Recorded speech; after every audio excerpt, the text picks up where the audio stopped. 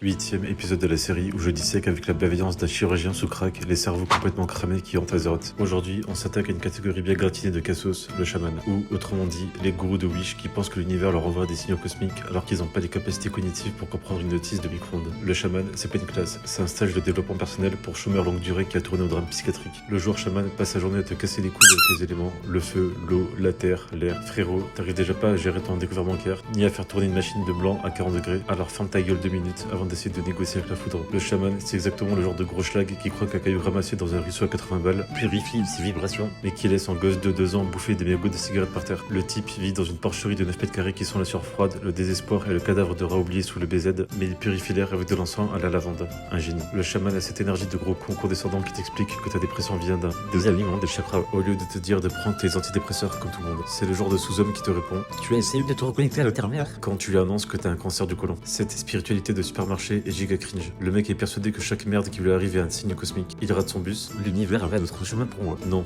t'es juste un gros porc qui s'est branlé 10 minutes de trop sur du hentai ce matin, espèce de déchet. Les chamans d'amélioration ont l'énergie du bouffe absolu. Le mec a regardé 2 saisons de Vikings sur Netflix, s'est fait tatouer des runes de merde sur l'avant-bras et pense désormais descendre directement d'Odin alors qu'il s'appelle Jean-Christophe et qu'il est de la Creuse. Il tape sur des boutons en bavant sur son menton en pensant que la tempête l'accompagne, alors que la seule tempête qu'il provoque, c'est celle de la chaise qui coule le long de son jogging. Les chamans élémentaires, eux, compensent leur micropénis par des explosions graphiques de force 12. Le mec est incapable de jouer sans transformer ton écran en feu d'artifice pour épileptique. Ça te balance des traînées de lave et des éclairs toutes les 2 secondes pour masquer le fait que son épée c'est aussi mou que la nouille de son grand-père. Quant au chaman de restauration, on est sur le summum de l'escroquerie. C'est les pires charlatans alternatifs du jeu. Les mecs pensent sincèrement qu'une flaque d'eau tiède par terre, 2 vagues visuelles et une pierre violette dans le fion peuvent réparer une décapitation en arithmétique. Tu te fais arracher la tête par un boss. Le mec te jette un seau d'eau bénite à la gueule en mode homéopathie de l'espace. Et le plus gerbant, c'est que les joueurs chamans sont intimement convaincus d'être éveillés. Éveillés de quoi? Tu justifies le fait que ton ex t'ait trompé avec ton meilleur ami parce que Mercure rétrograde. Et tu passes ton temps à secouer un pendule en plastique au-dessus de ton écran pour savoir si tu dois équiper une bague en hâte ou en maîtrise. Au fond, le joueur chaman s'en branle des éléments. Tout ce qu'il veut, c'est se donner un genre pour oublier qu'il a foiré sa vie. Il est à 2 vidéos TikTok près d'expliquer que les traînées d'avion nous transforment en homosexuels pendant qu'il brûle de la sauge bon marché dans un logement social qui pue le chamouillé et la misère intellectuelle. Namasté,